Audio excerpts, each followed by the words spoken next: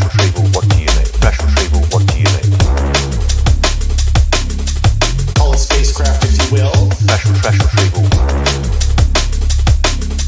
Call it spacecraft if you will. Fresh retrieval. No kidding, non-human, exotic origin. No kidding, non-human, exotic origin. No kidding, non-human, exotic origin. Call it spacecraft if you will. Call it spacecraft if you will. No kidding, non-human, exotic origin. Call it spacecraft if you will. Call it spacecraft if you will. Non-human. Non-human. Non-human. Non-human. Call it spacecraft if you will. Call it spacecraft if you will. Non-human. Non-human. We have spacecraft. We crashed. We have spacecraft. We crashed. We have spacecraft. We crashed. We have spacecraft. Spacecraft from another species. Spacecraft from another species. Spacecraft from another species. Spacecraft from another species. Spacecraft.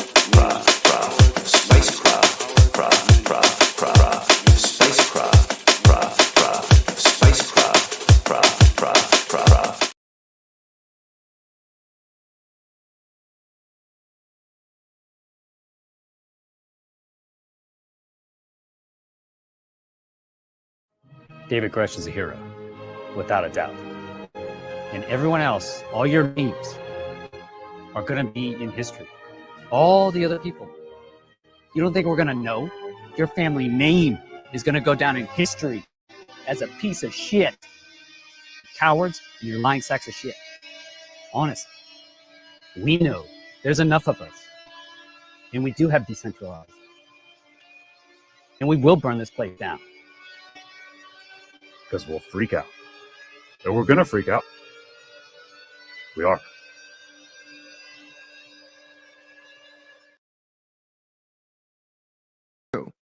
It's not true. That's a lie. So there are FOIA-able back and forths between Kirkpatrick and David Grusch that will become public. I have seen them. As of the time of my departure, none, let me repeat, none of the conspiracy-minded, in quote, whistleblowers in the public eye had elected to come to Arrow to provide their, quote, evidence and statement for the record, despite numerous invitations. So let's just take David Grusch. Is that true? It's not true. That's a lie. So there are FOIA-able back and forths between Kirkpatrick and David Grusch that will become public. I have seen them.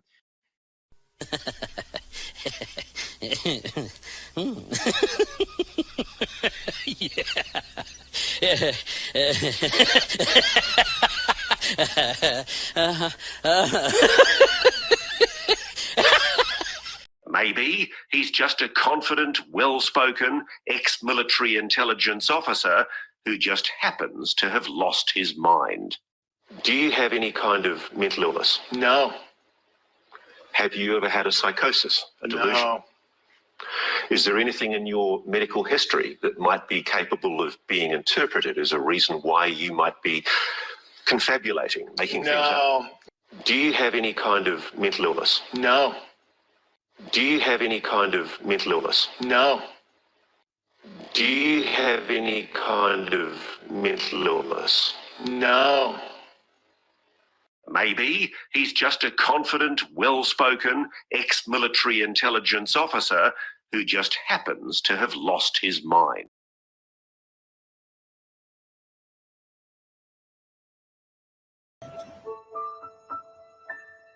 My boss got the email, he forwarded it to me, and he's like, do you want to do this? And I thought, well, I guess I was kind of the right guy that was chosen to do this thing, I guess. But maybe it was like a joke or something. Maybe it was like a psyop on me or something. I don't even know. Do you want a chocolate?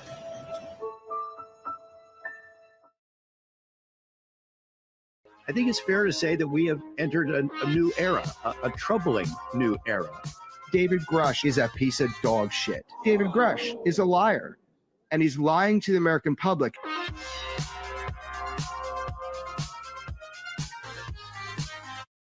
Go for it. Yeah, be myself, you always say, right? Total fucking horse shit. And David Grusch is a piece of dog shit. There was literally nothing scientific about it, nor was it American.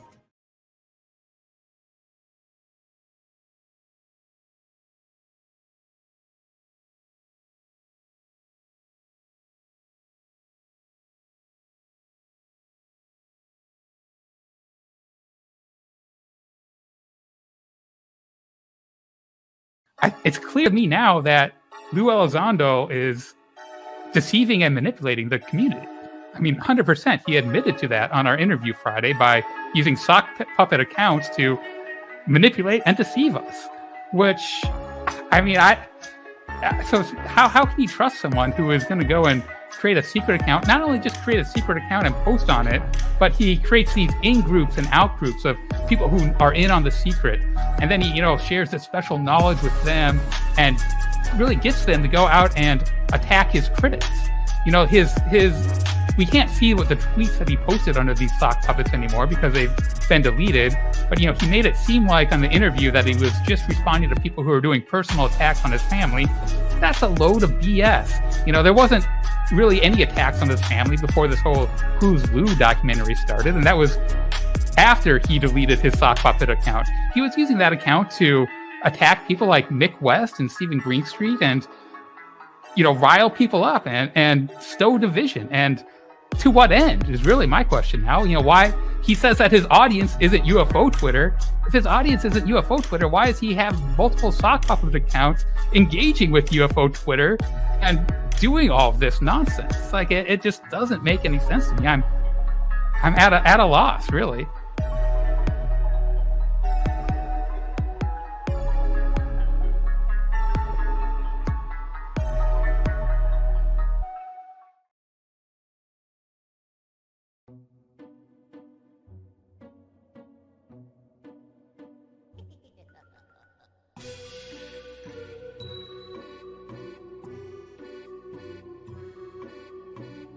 You know what I did do?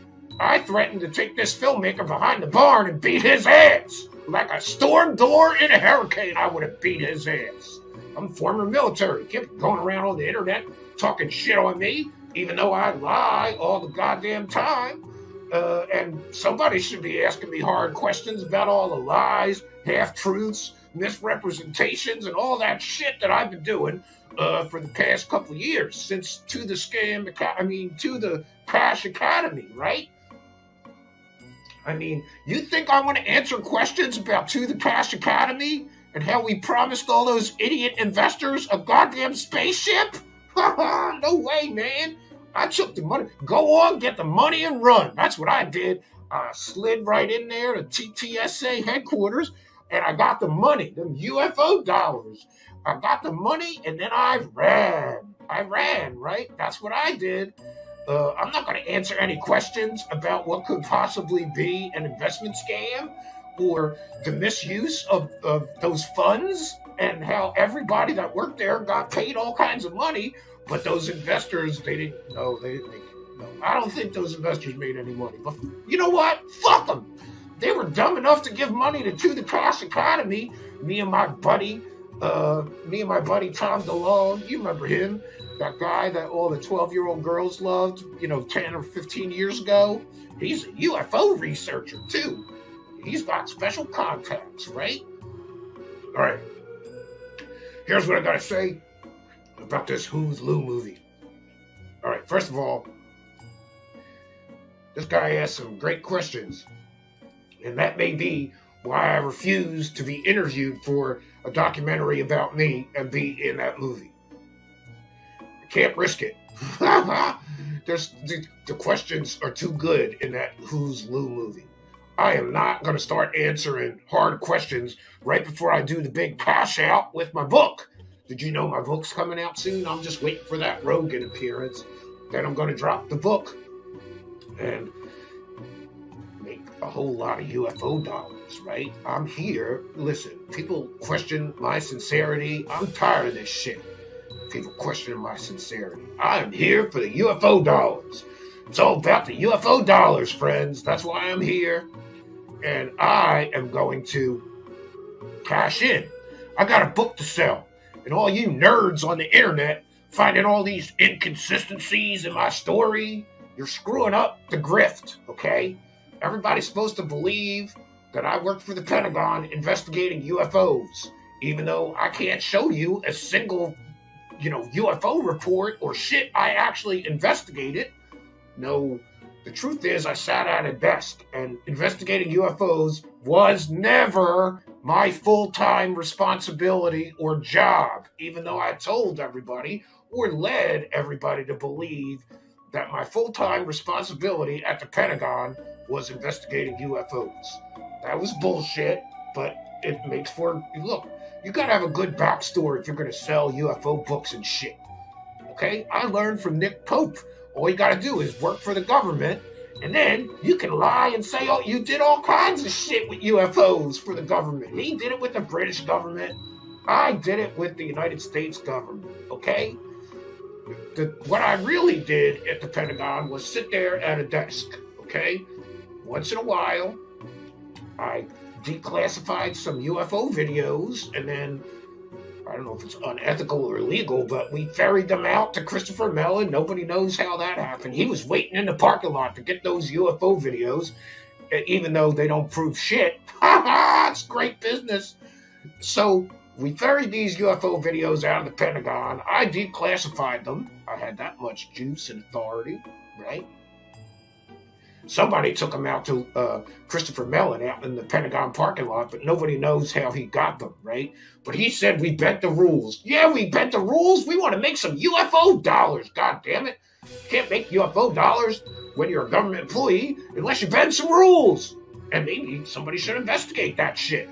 Because after all, me, Christopher Mellon, Tom DeLonge, and others made all kinds of money off of that government property, those 3 videos. Even though they don't prove shit. All right. So there's a lot of other critics. First of all, I just want to say that I hope Stephen Greenstreet gets hit by a truck and dies. Because that guy's always asking questions, right? Mick West can suck a dick too. Steve Cambion, I hope he gets butt raped and murdered. Look, I'm Lue Elizondo. What do you think I'm going to do? I got UFO dollars. Look, and I gotta tell you, I am here for the cash. I'm here to praise the UFO dollars, praise the cash, hallelujah, friends. What the hell? What the hell? What do you think I'm here for? And these people on the internet are gonna try to ruin it for me. But I got a plan. I got a plan that's gonna help me to get rid of these people. You all know about my sock puppet accounts. Well, today, I'm going to sick my sock puppets. I'm going to sick them. I'm going to sick my sock puppets on these UFO researcher clowns on Twitter. That's what I do. I'm going to sick my sock puppets. My sock puppets are here. We got Faceless Bureaucrat. Hi. And we got,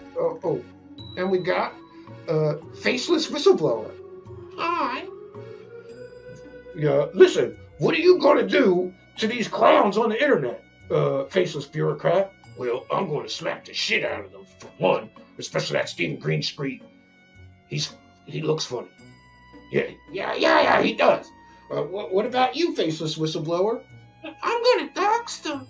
I'm going to dox all those assholes, and then I'm going to threaten their family like an asshole. And then we'll get the Fister Goon Squad after them. And then we're all gonna, I'm not sure. What should we do? Lue Elizondo?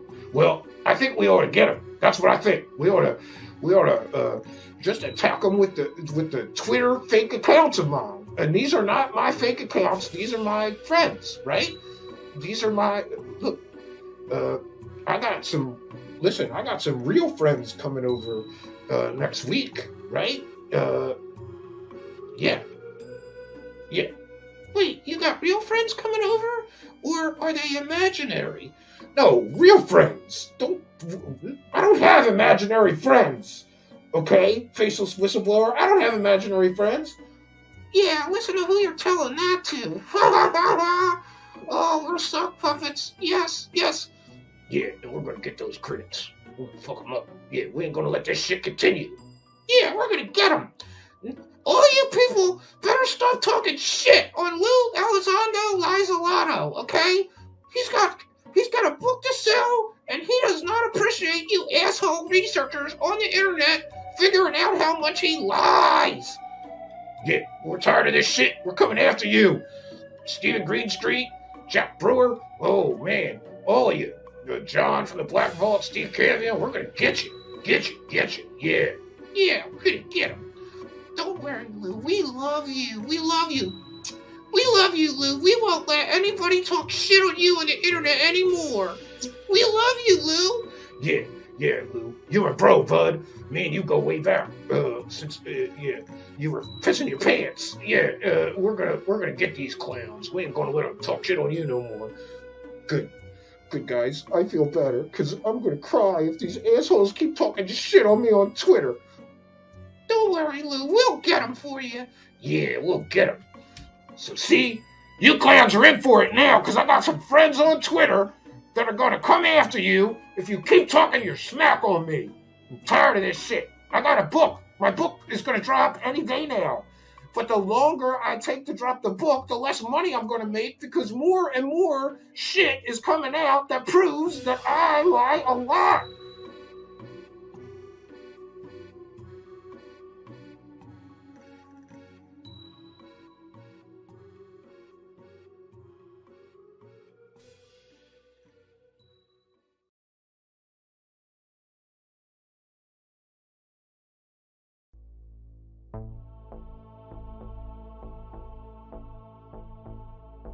It's about truth.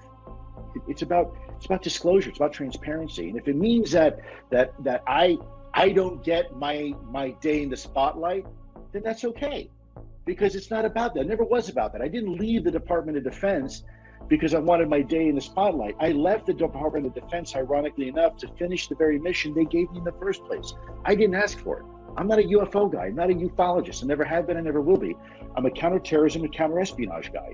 I do counterintelligence, counterinsurgencies. That's what I do. And it just so happens that in 2008, I was asked to apply those same skill sets into the UFO community. But I'm not a UFO guy. And so for me, it's all about the truth. Whether I'm hunting a terrorist or a spy or a UFO, the bottom line is the truth is the truth. I'm a counterterrorism and counterespionage guy. I do counterintelligence, counterinsurgencies. That's what I do. And it just so happens that in 2008, I was asked to apply those same skill sets into the UFO community. The bottom line is the truth is the truth. I'm a counterterrorism and counterespionage guy. I do counterintelligence, counterinsurgencies. That's what I do. And it just so happens that in 2008, I was asked to apply those same skill sets into the UFO community. The bottom line is the truth is the truth. It just so happens that in 2008, I was asked to apply those same skill sets into the UFO community. The bottom line. Greetings and salutations, friends, and welcome back. I have a great deal of things to share with you this evening. We have done several shows concerning this very topic. For those unaware, since at least 2017, some would say a lot earlier than that, there has been a documented or documentable infiltration of former military intelligence people into the UFO community. Now, we have covered in great detail people like Richard Dodie, a former Office of Air Force Special Investigations officer. We have covered in great detail a woman named Angelina Schultz, also known as Angeli, her, I guess her chosen UFO name, who was trained by the Defense Intelligence Agency in information warfare. In fact, what we find when we start digging into the history of many of these intelligence assets or former intelligence people who are now infiltrating the UFO community with stories of aliens and UFOs, what we find is that many of them have been trained specifically in things like psychological operations or information warfare. This should be concerning and troubling to all. And yet, despite the 80 years of people saying you can't trust the government, they're covering everything up and they're lying to us, each time, it appears to me at least, that each time someone with military credentials, especially with an intelligence background, arrives in the UFO community with great promises of great disclosures soon to come, they are literally worshipped. And I find this extremely troubling. So there has been a real and verifiable infiltration of former intelligence people, people that from all different agencies. We've got Angelina Schultz, or Angeli, from the Defense Intelligence Agency. We've got Lue Elizondo, trained in counterintelligence and counterinsurgency by the Pentagon. We've had Richard Dodie from the Air Force Office of Special Investigation and others. We've got John Ramirez, former CIA person, and more. And now, of course, we have David Grusch, who, by the way, David Grusch once worked specifically in the area of information warfare and was trained by the government in information warfare and psychological operations. Further, we have the newest of the Intel guy UFO messiahs, Jason Sands, who we can verify through documents he himself released that he was trained by the Air Force in psychological operations. This is very concerning to me. Why this infiltration of so many intelligence assets, either former, alleged, I like to call them alleged former intelligence officers, why have so many infiltrated the UFO community and are literally shaping the narrative? So there has been a real and verifiable infiltration of intelligence assets by the United States, from the United States government into the UFO community. And this should cause us to take a moment to investigate the effect and the influence of intelligence operations on the UFO community and the public at large. Tonight, we'll be delving into the intriguing intersection of the UFO community and former intelligence personnel. We'll be exploring some historical instances of infiltration for profit or other clandestine purposes. Tonight, we can take some time and actually draw on documented cases of intelligence assets influencing or affecting, usually negatively, the UFO community. If we investigate the motives behind such infiltration and, of course, the broader implications for public perception and national security, I find this extremely troubling, and I continually am surprised that no one else seems to be making these connections. But tonight, we will be connecting some dots and perhaps providing some answers to the many questions I have about why so many intelligence assets are actively influencing and infiltrating the UFO community. We'll be exploring and examining historical examples of intelligence community efforts to shape public opinion and media narratives, especially concerning UFOs and aliens in the United States. The truth is that the fascination with unidentified flying objects, UFOs, and extraterrestrial life has persisted for decades and has captivated the imagination of the public and fueled numerous conspiracy theories. Concurrently, there exists a lesser known but significant phenomenon, which is the infiltration of the UFO community by individuals with ties to both the military community and the intelligence community. Tonight, we are going to explore this phenomenon, examining some historical instances, some potential motives, and the implications for public discourse. One of the most notable and well-known historical examples of this is the case of one Richard Dodie, a former special agent with the United States Air Force Office of Special Investigations. Mr. Dodie was involved in disseminating disinformation about UFOs and extraterrestrial encounters to UFO researchers during the 1980s, and some would say beyond the 1980s. And this was, of course, highlighted by an excellent documentary called Mirage Men, which I highly recommend. And Mr. Dodie's efforts seem to be aimed at discrediting legitimate UFO research. In other words, throwing people off the trail, classic magician's misdirection. And his efforts illustrate how individuals with intelligence backgrounds have actively and provably manipulated the UFO community for various purposes. Another instance, of course, involves Robert Collins, a close associate of Mr. Dodie, who is also a former Air Force Office of Special Investigations agent who collaborated with Dodie and provided completely and totally false information, in other words, disinformation, to researchers about alleged government involvement in UFO incidents. These cases highlight a pattern of former intelligence personnel exploiting the UFO community for either personal gain or as part of some broader intelligence operation. We should take a moment to examine motives for infiltration. Several motives may drive intelligence officials to infiltrate the UFO community. Firstly, the dissemination of false, fake, or disinformation serve some strategic objectives, such as diverting attention from classified military projects or testing the public's susceptibility to manipulation. By sowing confusion and skepticism within the UFO community, intelligence operatives can obscure genuine phenomena and protect sensitive government information.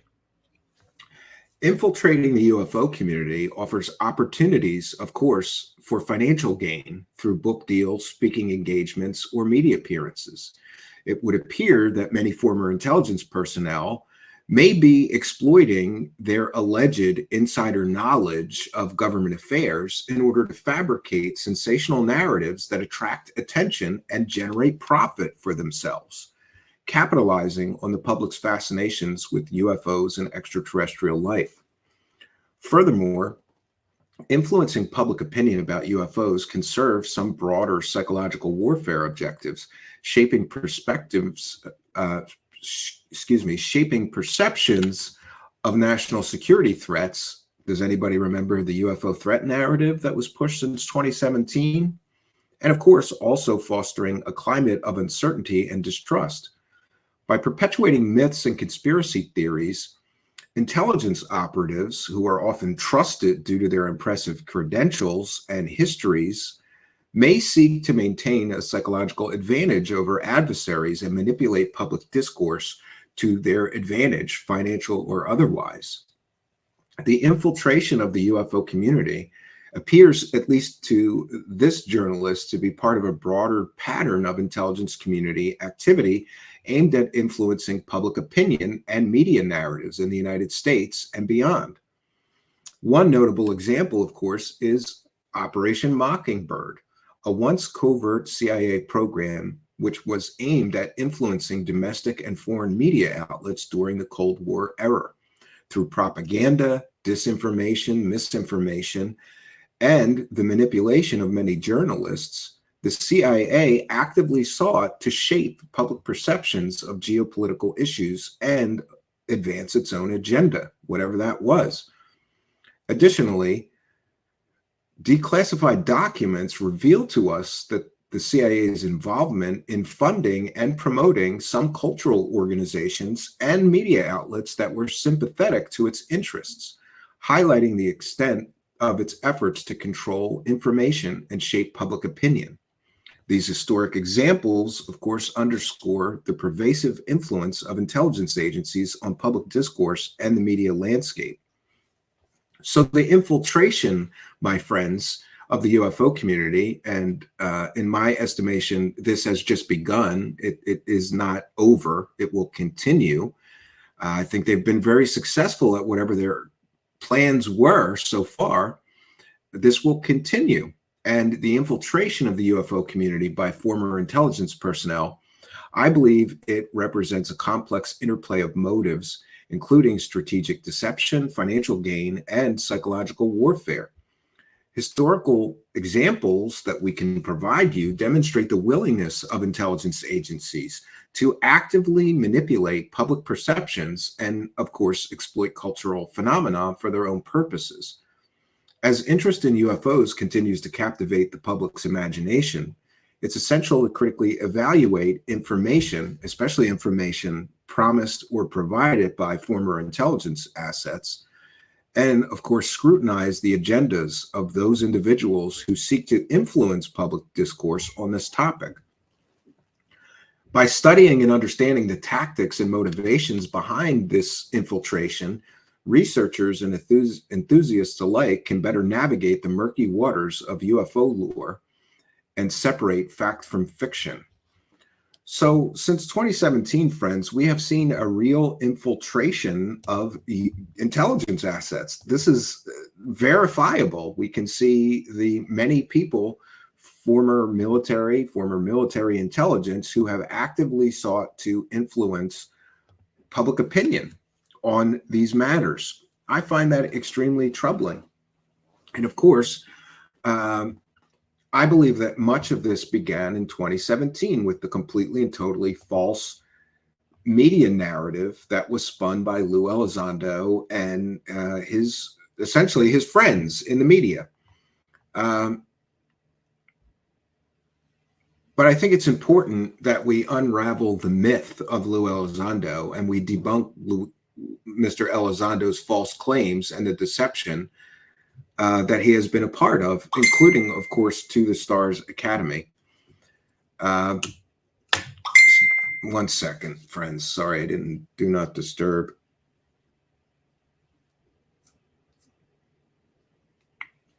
Okay, so what we need to do when it comes to intelligence officials suddenly entering the UFO space, including people like Lue Elizondo, who in my estimation, and I have followed this closely since 2017, has done nothing but fill his pockets with every UFO dollar he could and lied to the American public. We really need to scrutinize the credibility of people like Lue Elizondo and his purported role in a Pentagon UFO program that we later find out never actually existed. It was essentially a hobby of his while he worked at the Pentagon. And of course, it's important that we do our best to expose the deceptive practices of To the Stars Academy. Through an examination of available evidence, we can challenge the veracity of Elizondo's claims and prove that he lied to the public multiple times. We can highlight the misleading promises Lue Elizondo and other members of TTSA made to investors. And by deconstructing the false narrative surrounding Elizondo and To the Stars Academy, we can provide some clarity amidst the confusion surrounding UFO research. In recent years, since 2017, Mr. Elizondo has emerged as one of the most popular and central figures in the UFO community. He claimed to have led a secretive Pentagon program tasked with investigating unidentified aerial phenomenon, UAP, or UFOs. Concurrently, To the Stars Academy, a company that was co-founded by Elizondo, promised groundbreaking revelations and technological advancements related to UFOs. They also promised that they may have in their possession parts of UAP or UFOs that were recovered somehow. However, closer scrutiny reveals inconsistencies and deception in Elizondo's false narratives and the false narrative of TTSA, which was certainly, to my view and to the view of many, just a profit-driven enterprise designed to raise as much money as possible with false promises. This, of course, raises questions about Lue Elizondo and the integrity of TTSA's false claims to investors. Mr. Elizondo's claim of running a Pentagon UFO program, commonly referred to as ATIP, has been met with skepticism by experts, journalists, and former colleagues. Contrary to Elizondo's assertions and claims, he never actually ran any funded or official Pentagon program concerning UFOs.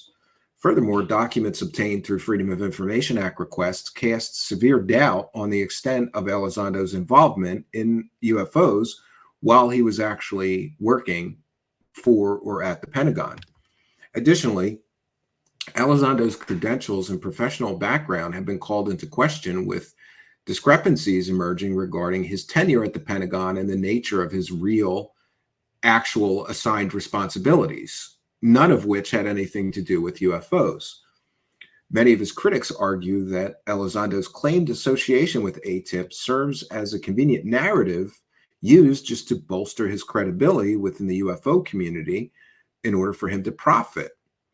But despite lacking substantive evidence to support his various claims, and claiming to run a Pentagon UFO program for years, there is zero paperwork. No one can show me any paperwork of a UFO case that Lue Elizondo investigated for the government. That paperwork doesn't exist, which makes no sense, because if Mr. Elizondo had truly ran an official Pentagon program to investigate UFOs, there would be a mountain of paperwork available, and there is none. There is no evidence whatsoever to support him ever having investigated UFOs for the Pentagon. In fact, he apparently had zero assigned responsibilities around UFOs. And in his own Intelligence Community Inspector General complaint, Lue Elizondo admits that what he was doing was not a program, but rather an activity, or what some people would call a hobby he did in his spare time while working for the government. Then, of course, there are the extremely deceptive practices of To the Stars Academy. To the Stars Academy, founded by Lue Elizondo alongside former Blink-182 frontman Tom DeLonge and other individuals, has marketed itself as a revolutionary force in UFO research and technological development. However, the company's track record is marred by a great many unfulfilled promises and dubious financial practices. Investors were enticed by Lue Elizondo and Tom DeLonge's grandiose claims of uncovering the truth about UFOs and harnessing advanced technologies derived from alleged extraterrestrial sources. Yet To the Stars Academy's tangible achievements remain elusive, with little to show for its purported claims of breakthroughs in aerospace engineering and propulsion systems. Furthermore, financial disclosures from To the Stars Academy reveal significant losses and questionable expenditures, raising concerns about the company's transparency and accountability. The narrative propagated by Luis Elizondo and To the Stars Academy represents a disturbing trend of exploitation of people within the UFO community, characterized by false claims and deceptive practices.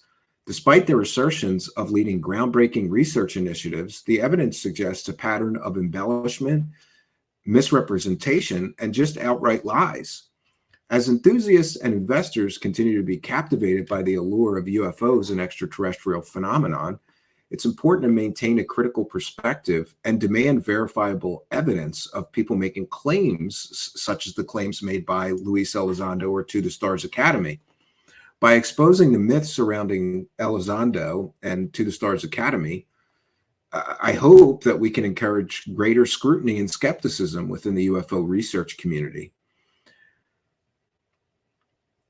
Next, we should talk next about David Grusch, because I believe that if this is an official government psyop or operation, as many have speculated, there needs to be a front man. And first, the front man was Tom DeLonge. And then when he screwed up showing Joe Rogan completely fake videos of UFOs, I believe that he was pulled. You didn't hear much from Tom DeLonge anymore. And Luis Elizondo took the lead or spotlight role. After Luis Elizondo's claims began to fall apart, and it became evident to most people with a brain that he had lied and misrepresented his background in order to profit, suddenly he took a powder. And along comes David Grusch, a new frontman making similar or the same claims, that others have made. And interestingly, it has been claimed that Lue Elizondo groomed David Grusch for his current role as a whistleblower. And by the way, I should use the term alleged whistleblower, because just like Lue Elizondo has no evidence, David Grusch has no evidence to support his wild out there claims. In fact, there is a complete and total, when we get to David Grusch, there is a complete and total lack of any verifiable evidence. In recent years, David Grusch has garnered attention for his, in the past year, I should say, David Grusch has garnered attention for his sensational claims regarding encounters with UFOs and extraterrestrial beings and the United States government's involvement in that. Despite the lack of verifiable evidence, Grusch's assertions have gained traction among certain segments of the public and many members of the media, raising concerns about the influence of unfounded, unproven narratives on public perception. But if we delve into Grusch's claims and scrutinize their validity, what we find is he has a complete and total lack of any verifiable evidence for his claims. This should be troubling, especially because people have made hundreds of thousands of dollars pushing Dave Grusch's evidence-free claims for 325 days now. So for 325 days, Dave Grusch has made an incredible amount of claims, but he's proven none of them. None of them.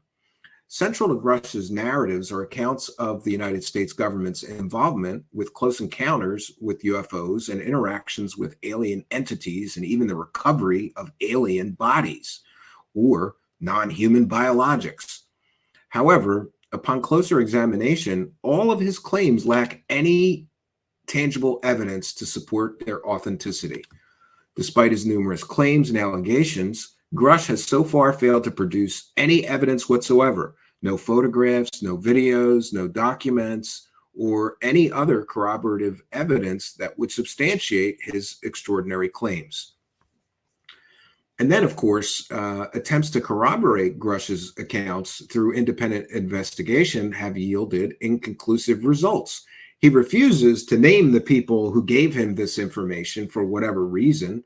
Therefore, his claims have no value because we can't even investigate the people he's getting this information from or claims to be getting this information from. This, of course, further undermines the credibility of his claims.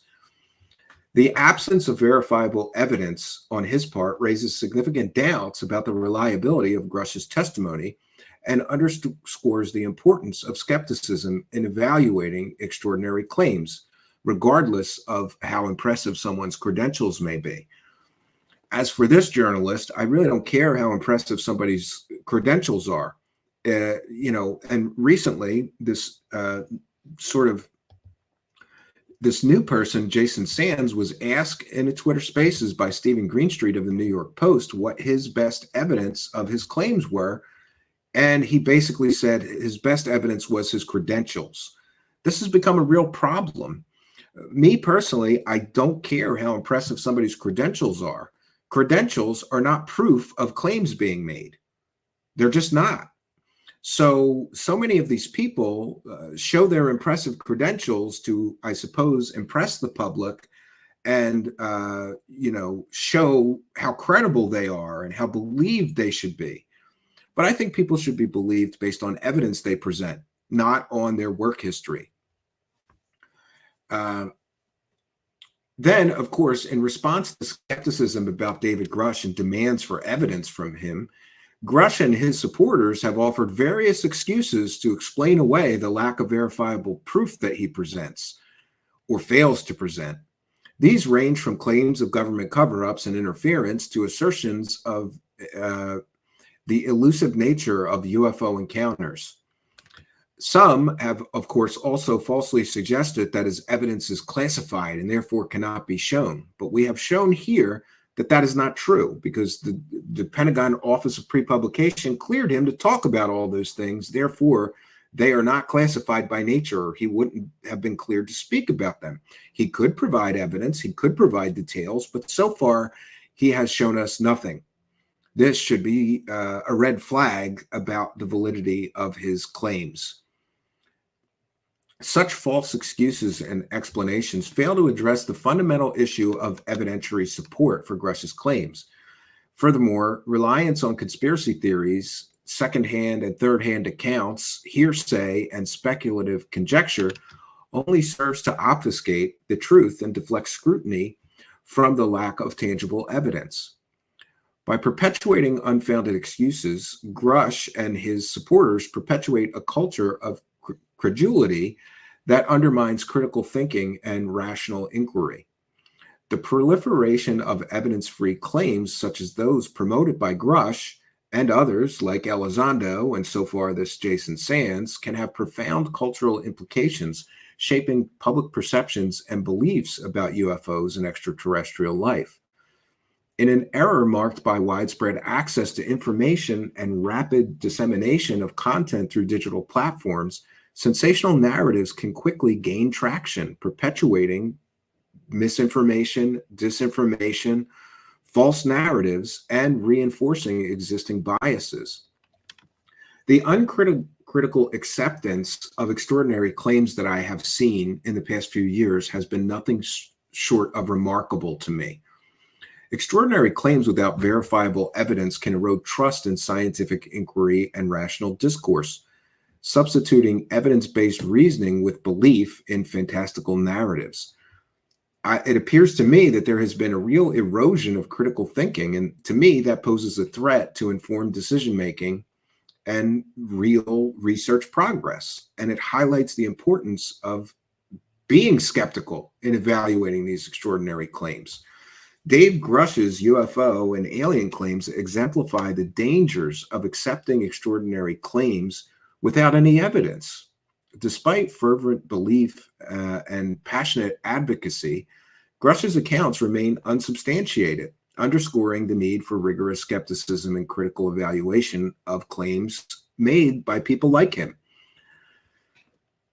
By truly investigating the validity of Grusch's claims and exposing the lack of evidentiary support, at least for me, I sort of have been aiming to encourage a more discerning approach to evaluating people making claims like this. I think it is important, in fact, I think it is imperative that we take a critical stance as a default when people come onto the scene making extraordinary claims. It has been 325 days since Dave Grusch has made his initial claims. Hundreds and hundreds of thousands of dollars has been made from monetized views and more. I am truly astonished that this story has gone on this long. 325 days with zero evidence. And I have to say, in almost any other subject matter, if someone makes absolutely extraordinary claims and they have no evidence, the story goes away in a week. It doesn't last almost a year. And so I ask even the most passionate supporters of Dave Grusch, how long will you wait before you have to realize and understand he has no verifiable evidence? He has no empirical evidence. He doesn't have photos, documents, nothing. And despite the many promises of new whistleblowers to come, we have seen with this Jason Sands that many of the people that Grusch is claiming to get his information from, or may have gotten his information from, are quite less than credible people. So we'll take a moment here to welcome in the live chat. And let me take a moment to check in with messages. Somebody was pinging me.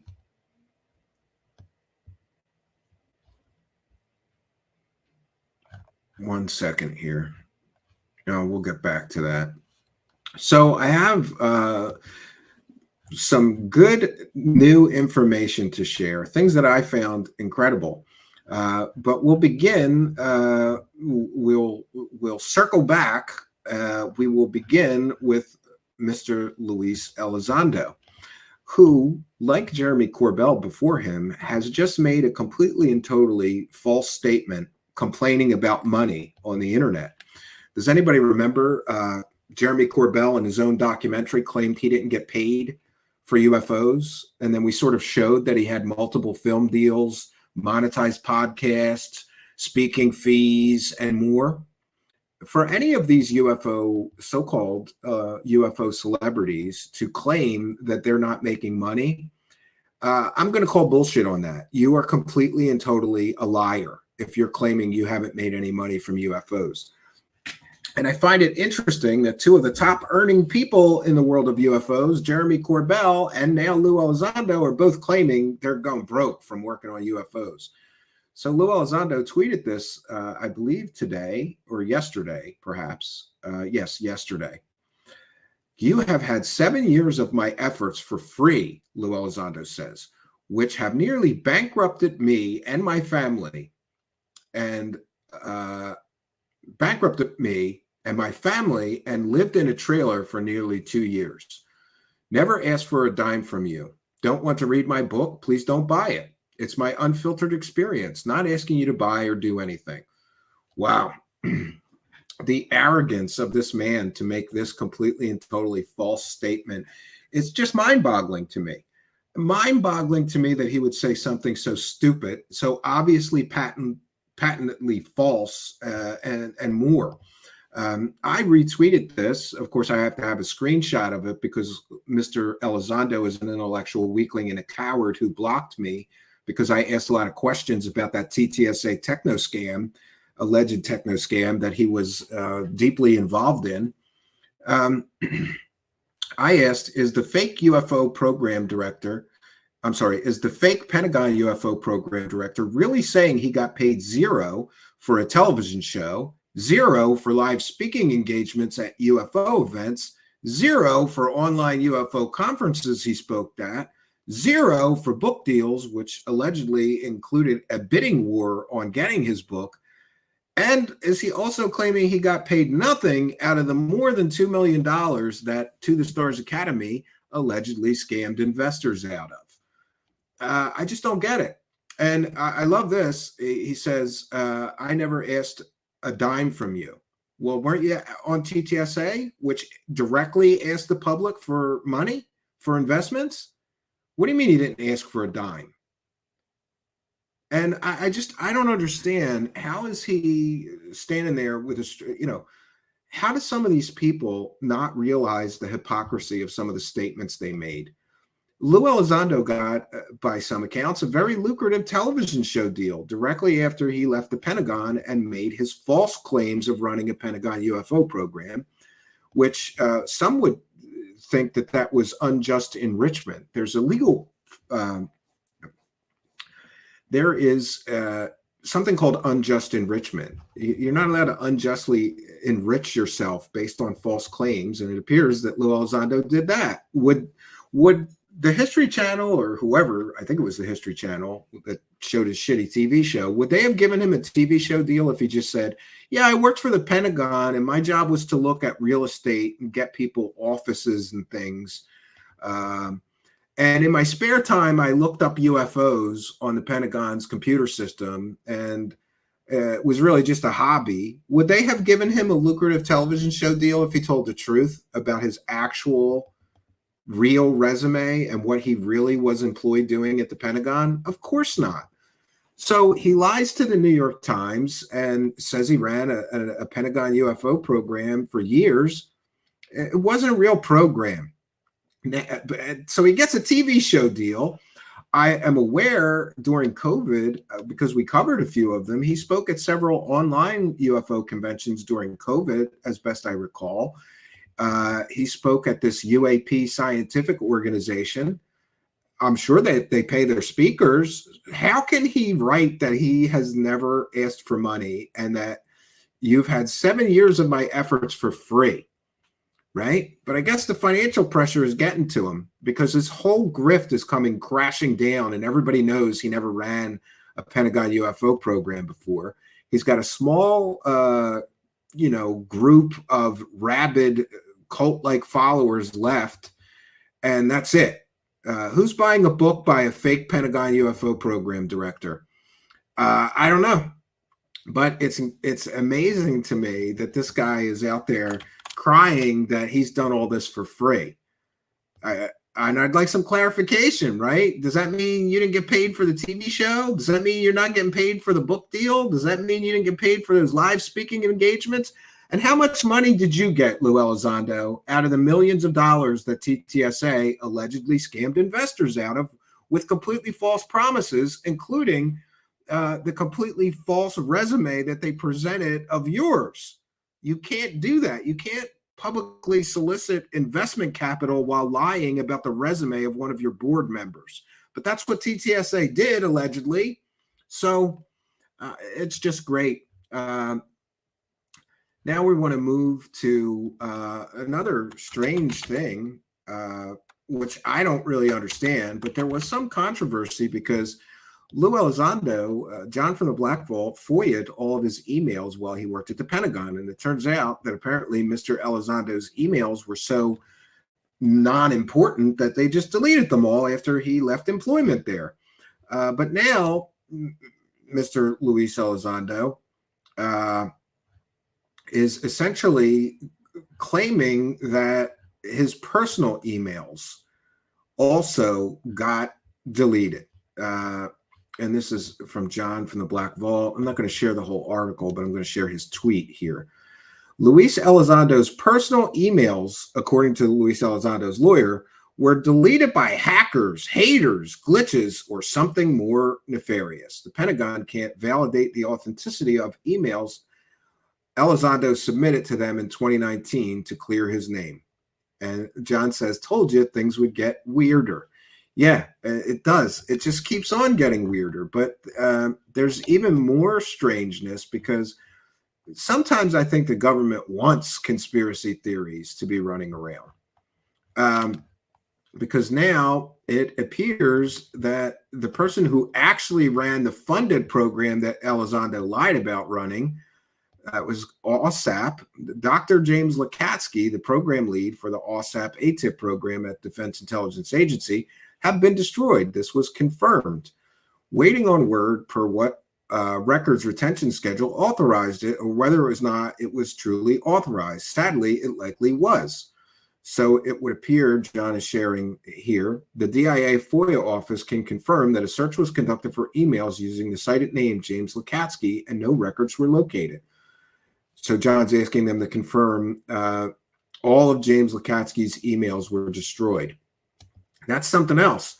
It's almost as if the government wants to foment conspiracy theories. Why are they deleting the emails of people making UFO claims out in the public that once worked for the Pentagon?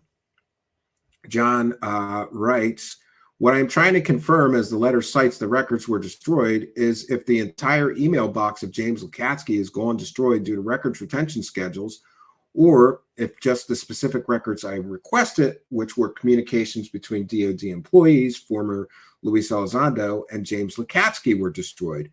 In other words, was what I specifically requested specifically the target of records destruction, or was the entire email box of James Lukatsky's destroyed and the target of records destruction?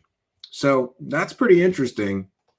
Apparently, both the claim directors, the real director who actually ran the funded program, Dr. James Lukatsky, and Luis Elizondo, the fake Pentagon program director, the Pentagon deleted all their emails.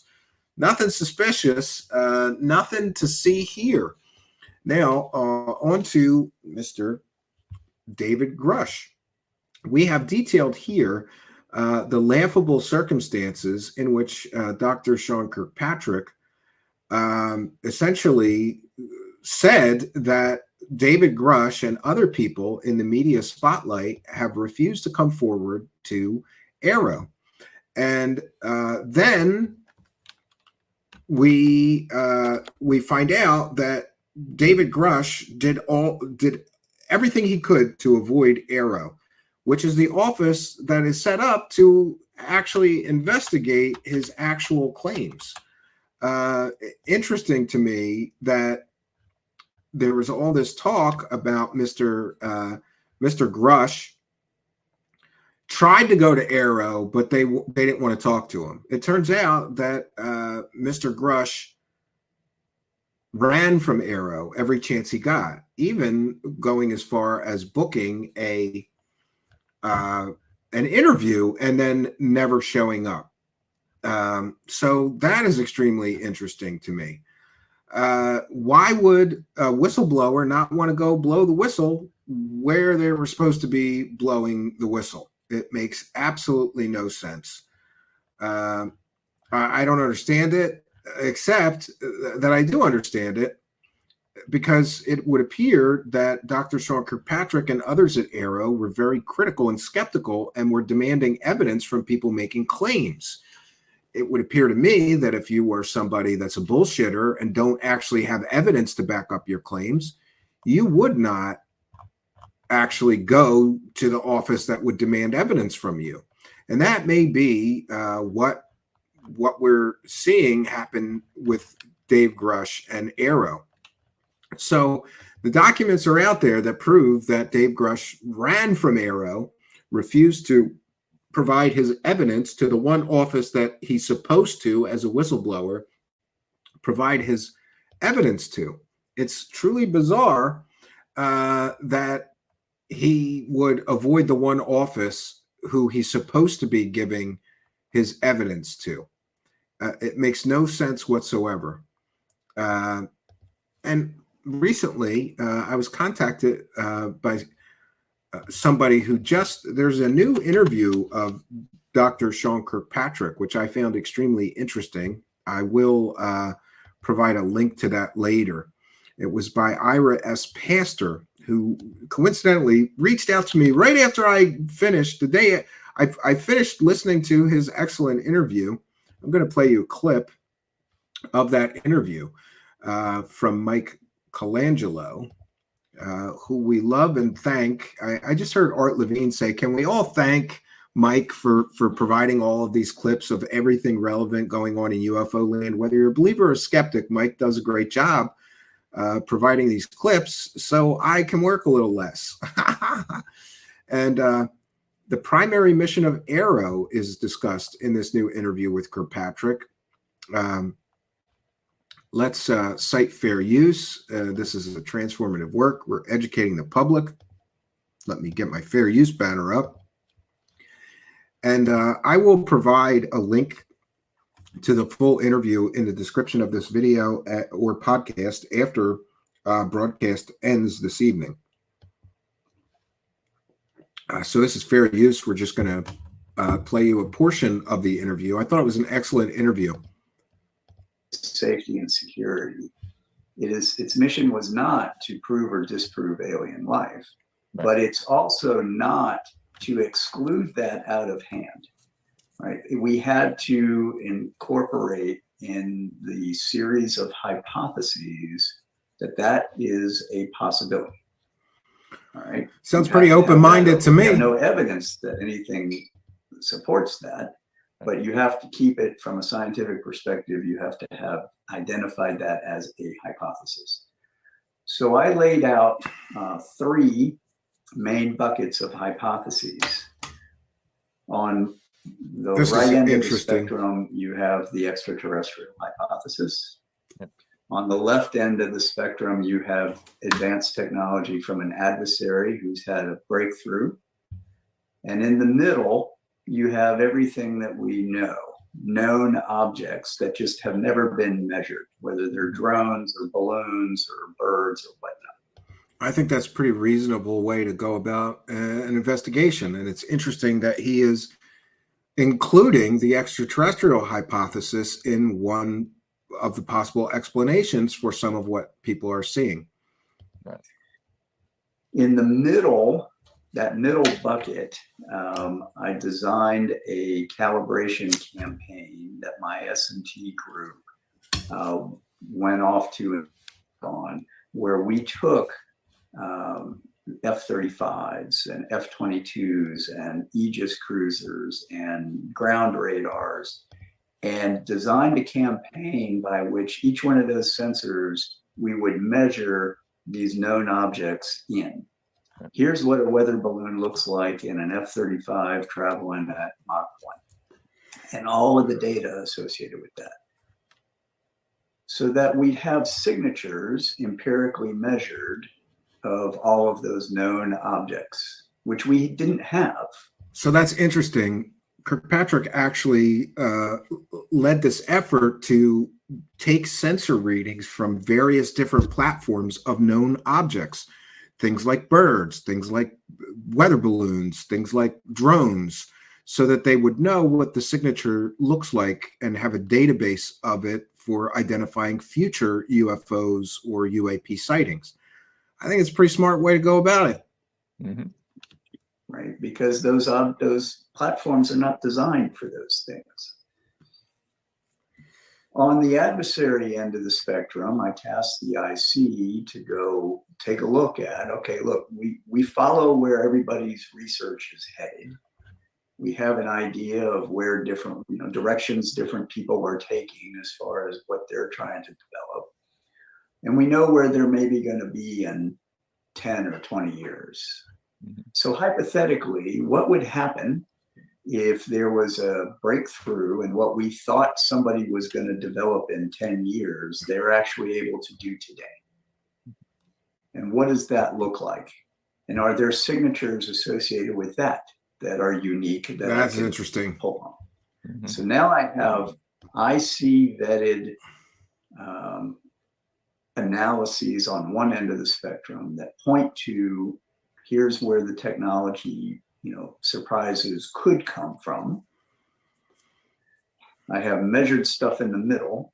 Mm-hmm. And the other end of the spectrum is the scientific community's responsibility, right? And so I had to try to raise the level of conversation, going back to my analogy of bringing that conversation closer to Earth, to be. Yeah, I think we all need to come down to Earth a little bit. There's just been this proliferation of, extraordinary claims without evidence or proof.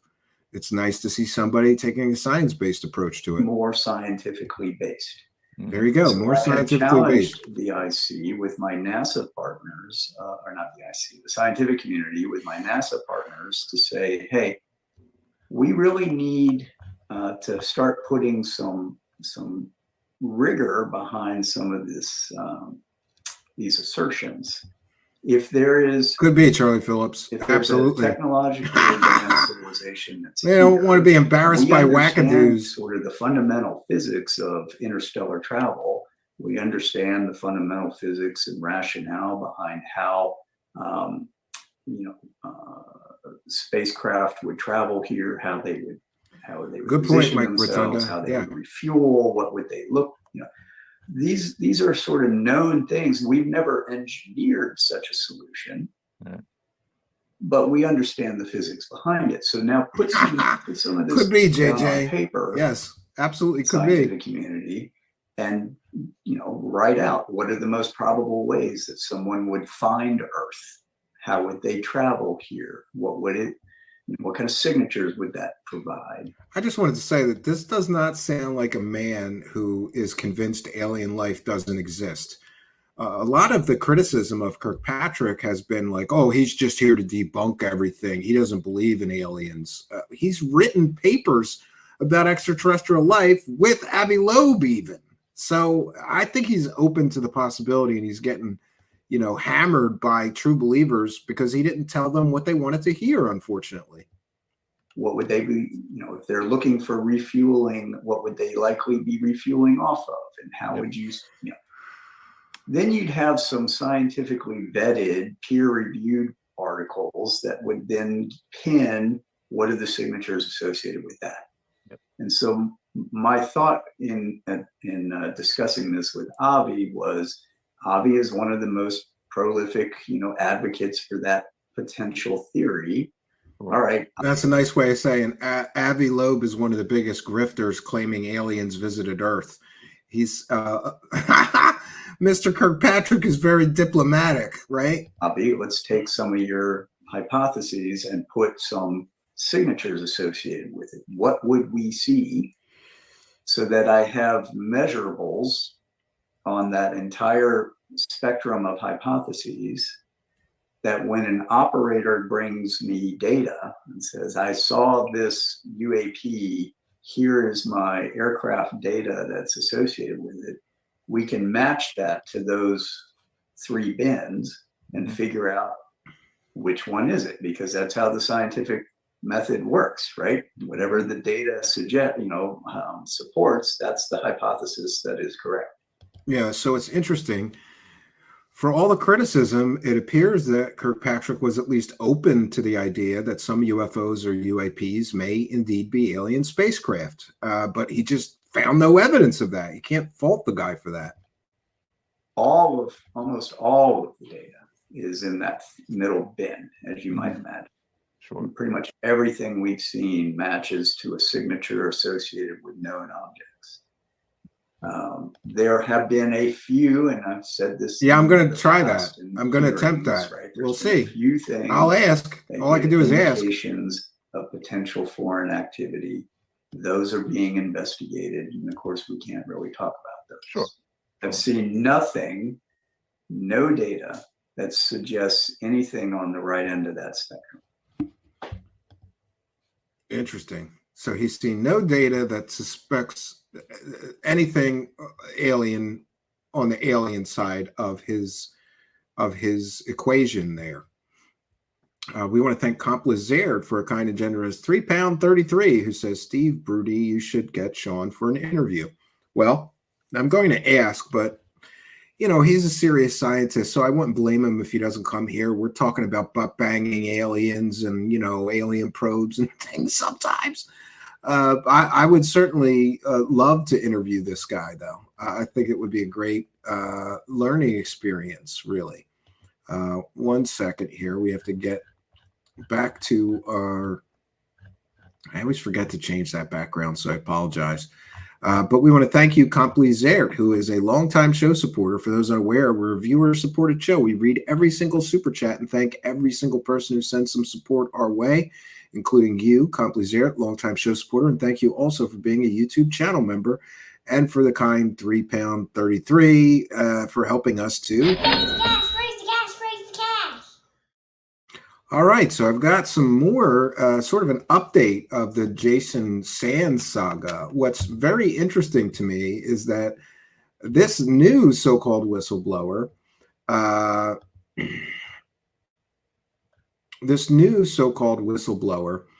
Jason Sands, is being attacked by multiple people who are claiming that he is not legitimate. So far that I am aware of, Tim McMillan from the Debrief claimed that he was not credible. We've got Danny Sheehan claiming he's not credible. And we've got also, most notably, Richard Dodie saying an awful lot of things. And you got to love it when a paid government disinformation agent comes out and claims that somebody else is not credible. For Richard Dodie to start saying that somebody who's credible or not, we need to keep this in perspective and realize that Richard Dodie is on Gaia every other week talking about trapaloids, reptilians, insectoid aliens, and more. And of course, Richard Dodie is verifiably the spreader of a great deal of UFO disinformation in recent years, including the Serpo documents. Many people claim that Richard Dodie is responsible for the MJ-12 documents. He for sure is responsible for the Serpo hoax. For those unaware, somebody basically copied the movie Close Encounters of the Third Kind and claimed it was a real government program and put these documents out. And the IP traced back to Richard Dodie's home IP address. But to this day, he claims that he had no involvement in those hoaxes. He did, in an interview with me, admit that he gave Linda Moulton Howe a great deal of fake alien and UFO information. Garaji is saying James Fox has vouched for Sands unequivocally. Well, I think that's an overstatement. I have the statement here. For those unaware, this new whistleblower, alleged whistleblower, we're going to keep using that term alleged whistleblower because I think people are really misusing the term whistleblower. He's supposed to be in James Fox's new documentary. And so James Fox issued a statement. James Fox here, those who know me or are familiar with my work know I fiercely go the extra mile to weed out unsupportable claims. I think that's a lie, but okay. I have spent the last year conducting numerous interviews, researching claims, and doing my best to verify within my means people's credentials and the veracity of their statements. As part of this mix, I met with Mr. Jason Sands a little over a year ago, concerning whom there has arisen fierce debates on social media concerning his claims of official involvement in the UAP area and specific experiences associated with such. As part of my due diligence, I can state that he is who he says he is, has served in the military, and is willing to testify under oath and even take a polygraph test regarding his claims. Nonetheless, as with other whistleblowers who go public, this doesn't mean that what he has stated shouldn't be questioned regarding apparent inconsistencies and difficult to resolve claims. Evaluation of such continues to be a work in progress. And people have joked that James Fox is just going to delete this Jason Sands portion of his new documentary, because Jason Sands, for those unaware, is making claims essentially similar to Corey Goods, being in a 20 and back program, being part of the secret space program, and time traveling and being age regressed. It's getting wacky. JJ has been a member for 1 month. Thank you for being a member for so long, JJ. We hope that you continue your membership, and thank you for the support and for helping us to praise the cash. The UFO community always needed someone who checks emails and calls it out instead of entertaining the fraudsters. Thanks, Stephen. Well, we thank you for your kindness, generosity, and support. Thanks for being a member and helping us too. Praise the cash, praise the cash, praise the cash. Yeah, and I like that I'm hearing things like, oh, James Fox's credibility is really going downhill. It's been going downhill for years. He's a garbage peddler. Even entertaining somebody telling similar stories to Corey Good in 2024 is laughable, considering Corey Good admitted under oath that he made all that stuff up and it was his creation and his intellectual property. Now we've got an former Air Force intelligence person coming forward with very similar stories. But I find it interesting that there is been this pushback against this Jason Sands fellow. And by the way, I'm going to reach out to him because I feel like maybe I haven't been fair to him. And if that's the case, I apologize. I would be happy to speak to him and try to gain a greater understanding of what exactly he's claiming and what exactly his proof is, other than impressive intelligence community credentials. Now I'm going to share my screen once again. This is a transformative work. We're educating the public. I find it interesting that we've got Tim McMillan from the Debrief coming out and saying that this new whistleblower, Jason Sands, is not credible. Then we've got Richard Dodie coming out and saying this guy is not credible. Others, I believe, have. And now we have Danny Sheehan essentially saying that he did a background check and then refused to represent him as a lawyer, which, of course, is pretty controversial. Over the weekend, some stuff just kind of fell in the lap of the UFO community. So I kind of want to start with that, which is really Jason Sands, this whistleblower that's come out. What do you know about What do you know about him? Well, all I know is that Mike. He had reached out to us to ask us whether we would be willing to represent him legally. We did some background checking on him, et cetera, and we have said no. That we have about 18 lawyers that are working with us at the New Paradigm Institute. They're being trained in detail on how to represent potential whistleblowers at all levels. Yeah, I agree with you, companies there. Did our research on this, and we've said no, that we're not going to be representing him. Sure. What was this? So, it almost appears that there's a coordinated effort that the older, more established UFO grifter scammers are trying to stop this Jason Sands from getting a piece of their pie. That's kind of my speculation, right? There's only so many UFO dollars to come around, and if we can kill this guy before he becomes competition, maybe. It's bizarre that so many literal proven UFO grifters liars are coming out against this guy. It makes me think I may have misjudged him. Last year, was this recent or was this a while ago? No, it's been comparatively recently, the last few weeks actually, that he reached out to us. And yes, he did. We're going to share that. We've been reviewing this, and we decided we're not going to be able to represent him. Okay. Yeah, I heard him say something in the space that he actually said he had all his legal stuff in order. So I'm assuming he found someone else to represent him. Do you might know who that is, or I don't know. We don't know. Right on. Yeah. Do you want to say why you guys didn't want to represent? Was this something with a story, or you just had too many people? It couldn't take on one more? No, I mean there's been a good deal of confusion apparently on his part about what he knows and what he doesn't know, and what he's heard from second and third and fourth hand people. That at least people are getting the impression that he is saying that he knows it or knew it himself, and he doesn't. And so that's interesting. Danny Sheen is claiming that his information is all second and third hand, and he doesn't have any direct firsthand knowledge. There's been some confusion on his part, and plus he's not taking any advice from anybody apparently on what he should be doing and how he should be acting. So we have declined to represent him. Isn't that interesting? He's not taking advice on what he should be doing and how he should be acting. There's a great deal of narcissism and control freaks in the UFO community.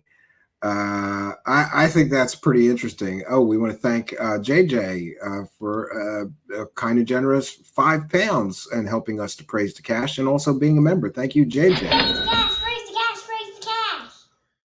All right, we're going to continue here. So that's just one of the people that are attacking this Jason Sands credibility. Yeah, it's kind of like the plot thickens. Why are all of these people coming out against this guy? Unless maybe they're correct in that he's a wackadoo, and an even bigger wackadoo. And then, of course, we get the one of the other people that are attacking him is Eric Davis. And if you are a man like Eric Davis who has had poltergeists follow you home from Skinwalker Ranch, and and you don't find this guy credible, that's pretty telling, I would think. Stephen Greenstreet posted this first. Sands turns out to be either a liar or believer of his own BS. He was never vetted, and his story keeps changing. People I collaborate with have met him and realized that his claims don't hold water. The only thing they felt was certain from meeting Sands is that he likely did work at United States Air Force bases. So what we've got is 4 or 5 people coming out and attacking this guy, saying that he's not credible, which I don't know why, but I find that extremely interesting because the people that are attacking him have all provably put forth completely and totally false claims before. And I just find it interesting that they are people who have provably lied and put out false claims before are suddenly attacking him. And one of the people that attacked him the most, of course, was apparently Richard Dodie. And in a recent space, again, we're going to cite fair use. In a recent space, this was interesting. So Richard Dodie was in a space talking shit on Jason Sands, and suddenly Jason Sands joins the space, and Richard Dodie drops out of the space and refused to come back while Jason Sands was there. It's an interesting exchange, and we're going to share it for you here and talk about it. This is fair use. And I for a bit, and then I called him. He gave me his phone number, and I called him, and we talked for an hour and a half. And what I told him, the first thing I ever told him was, you know what? I thank you for your service. He spent 22 years in the Air Force. He attained the rank of Master Sergeant. You're right, ML. That's pretty high enlisted rank. And so I said to him, he's in the room now. He's came up to speak. We also got Steve, who's come up to speak as well. Jason, thanks for joining us tonight. Yeah, no problem. Yeah, I talked to Rick yesterday about all of these issues. I told him last night that I'll tell everybody. He brought up this 1984 incident. Richard Dodie's getting called now. About this nuclear incident that happened all the way on the left-hand side of the Nellis test range. I wasn't even on the Nellis test range until 1990, and working there. Number two, the place of my incident was in the Southern Gate over by Quartz Mountain. Totally two different time frames, totally two different locations. The other thing I asked him was, where did you try to look up my clearance? And he told me a name of one of the databases, which he shouldn't be speaking of. Yeah, and that's another weird thing. Like, why is a retired Air Force Office of Special Investigations person, does he still have clearance to look at who's got clearance? Because Richard Dodie is claiming that he looked up Jason Sands' clearance and he doesn't have the clearances that he claimed. So that's interesting. And neither should I. And it's the wrong one. It is the absolute wrong one. So Dodie's using the wrong database. Eric Davis knows exactly. There are numerous classified databases where people's clearances are kept. If you are not privy to anything outside your sphere of control, even as a gatekeeper, you will not see my clearance. Okay, I tried to explain this. So now this is like a pissing match between former intelligence people, right? Eric Davis has worked on some kind of secret projects, and so has Richard Dodie, and they have some sort of clearance, and they're both saying that this guy, Jason Sands, is full of shit, and he's calling bullshit on them. Oh, it's getting good. This is like as the UFO turns, right? Rick just doesn't seem to understand those things. All right. The other thing was what else were you complaining about, Rick? Pretty sure you said you had the face only a mother could love. Can't remember. There were like three things, but I'm pretty upset with you. You have not retracted anything. You know I've got you dead to rights on all of your misconceptions. You're incompetent because you and Eric cannot even get the simplest things right. Ooh, look at that. He's calling them incompetent. Like I said, it's like a pissing match. My background, or even how to look up a clearance. Okay? You need to shut your mouth before I really dress you down. Ooh. Did Rick leave? He's going to dress you Rick down. left the room, Jason. Listen, guys. I'm going to call him. I'll be right back. All right. I'm going to see why he left. Well, because he's scared half to death. Richard Dodie left, and Jason Sands is like, Richard Dodie's a bitch, and he left the space because he's scared half to death. This is something. Well, I'll call him. Hang on. No. He probably he doesn't have really good internet. Yeah, I know he's traveling, Yeah, so I'll be right back. He would never leave a debate like that. Yeah. Something happened. Hang on, hang tight. I'm going to call him. Convenient. I love all the people that worship an admitted paid government disinformation agent that has provably distributed completely and totally fake information, disinformation, and misinformation for the government. But now he's some kind of disclosure hero. It is bizarre. Hey, real quick, Jason, I have a quick question before I call Rick. Before you talked to James Fox, did you speak to anybody else like Jeremy Corbell or George Knapp or anybody else about your story before James? This is where it gets interesting, and Mr. Sands is going to inform the public how the UFO community works, right? Listen carefully. Well, of course, when they wanted to get to know me, I always give every fair shake, and yeah, they've all called me up. So did they didn't want to publish anything about you? No, because right now they knew that I came out. Everybody was pulling me in different directions for one thing or another. I didn't think anything of it because most people. Hello, Jason. Come on. I had one question. All right, oh, wait, is he back? Wait, hold on. Jason's here. Yeah, relax. Hey, Jason, you're still here, right? Looks like a speaker to me. Okay, calm down, buddy. Those who want to believe sorry. There he is. I just had a call. I'm sorry. I had to take a break. It was urgent. So that's all I really got to say. So why didn't you go with somebody like Corbell or George Knapp putting out your story? Because they've always said that they supported me and that whenever you know. But I would just think, like, if a whistleblower came out and George Knapp or somebody like Corbell was like, oh my God, this guy's story, he's a whistleblower, I want to be the first one to get his story out there. Why didn't any of them do that? This is interesting. Because I think everybody had a plan, because that's what pissed everybody off when I came out over the weekend, is they're all like pissed off because I think they all wanted to do their own thing with me. Interesting. So a bunch of UFO grifters are not happy with this guy because he just came out on a Twitter space and started telling his story.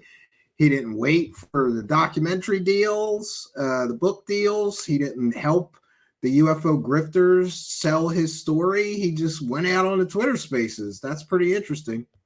Or they had a plan for me, but had a plan now they're all for upset him because I'm not doing it their way, I guess. I don't know. Not going to do it their way. Hell yeah. That's I interesting. love that. You're like a maverick, a lone wolf. The people's whistleblower. But yeah, Jason, I just got an email from some guy. You have this group called like the firsthand.fund, right? I think you commented on that guy that posted that like link to like a GoFundMe kind of website. No, the Firsthand Fund is the one. If it's firsthand.com or whatever it is, that's the one I set up. That other one that somebody mentioned today, that's BS. That's not me. Yeah, and interesting. So the rest of the space is a bunch of questions, and apparently the mystery of that law office website with his picture on it is that somebody just took a picture from his social media and put it on that website. He has no affiliation. That's not his website. He's not claiming to be a fake lawyer. So that's interesting. But this is some interesting revelations. He goes to call Richard Dodie out on his bullshit, and Richard Dodie runs like a bitch. And he did not rejoin this space until after Jason Sands left the space. Also, an interesting revelation that all of these UFO grifters that he talked to all were making plans for what to do with his story, and he pissed them all off by coming out on an unmonetized Twitter space. So they're all pissed off, I guess, because they all could have made some money off of him and his stories, and they did not do that. So that's extremely interesting to me. So what is the deal with Jason Sands? He's yet another in a long list of highly credentialed military officers with intelligence training, and Jason Sands had intelligence training in actual psychological operations. Jason Sands is trained in PSYOPs, and now here he is telling alien and UFO stories like many high-ranking military and intelligence officials before him. I find that extremely interesting. I want to take a moment to remind you to smash that subscribe button. It's more important than ever to smash that subscribe button because we do need your support. But besides that, people are gifting YouTube channel memberships. You too can become a channel member for free. For those unaware, if you smash that subscribe button, if you haven't already, please do so.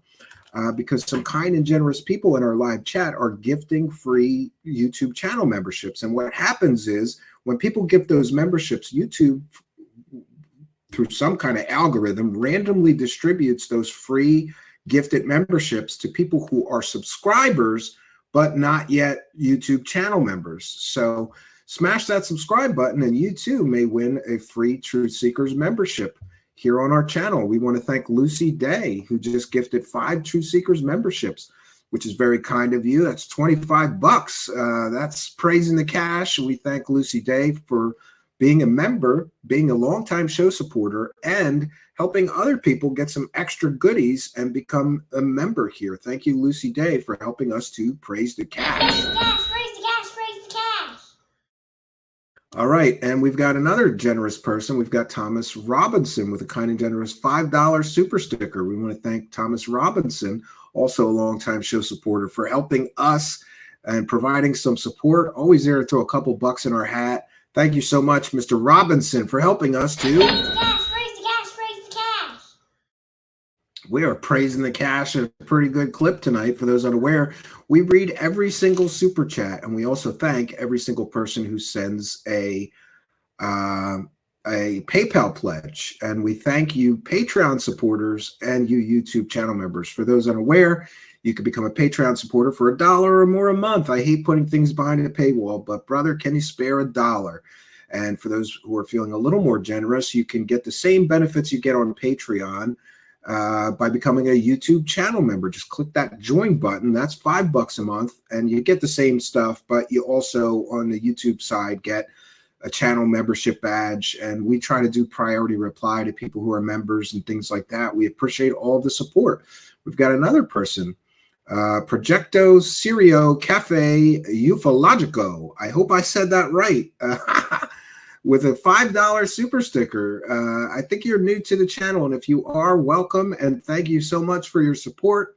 You are obviously from some Spanish-speaking country, unless that's Italian, and I'm unaware, but it looks Spanish to me. Proyecto Serio Cafe Ufologico. Thank you for helping us to praise the cash. We're making it rain up in here tonight. Thank you all for your generosity and support and helping us.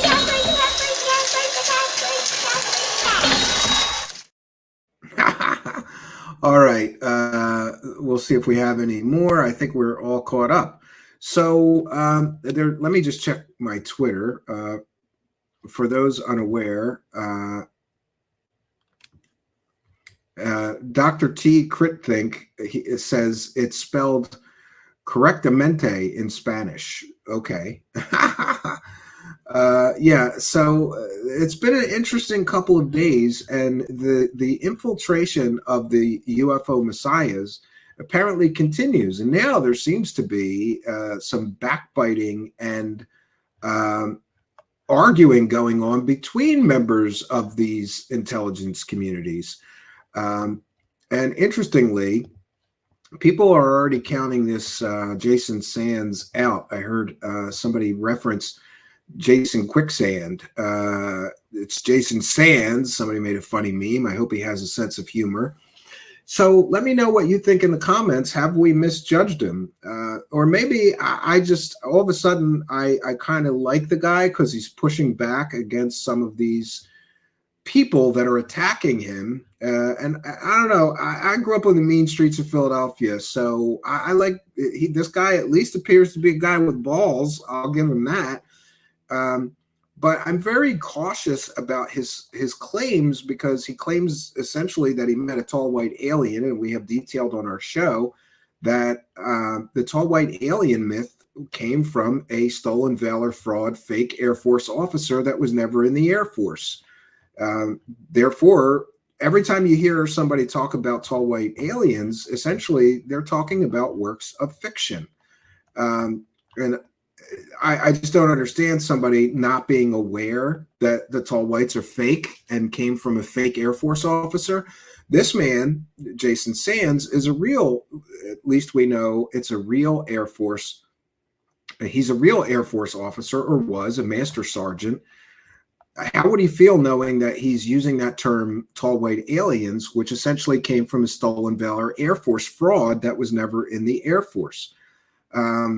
It's just very interesting to me, these developments. And I mean, we can speculate. People are in the live chat. Somebody in the live chat saying that the grifters don't like competition, so they're trying to kill this guy early to preserve their piece of the UFO money. Could be. And Jacques de Mole is here and says the attacks against Sands from the usual grifters does force me to reconsider a few things. I still don't believe Sands, but the narrative does become more complex now. That's exactly how I feel. And actually, I don't know that his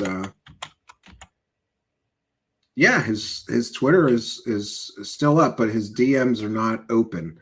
I'll have to see if I can find contact information for him. Let me know what you think in the comments. And an interesting development from something we reported on earlier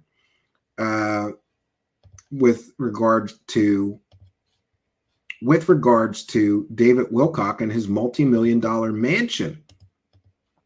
We reported previously that some tax liens were placed against his home, and that he placed the ownership of his multi-million-dollar log cabin mansion into some sort of agreement with an LLC, which then went out of business. But this is interesting from Light Warrior.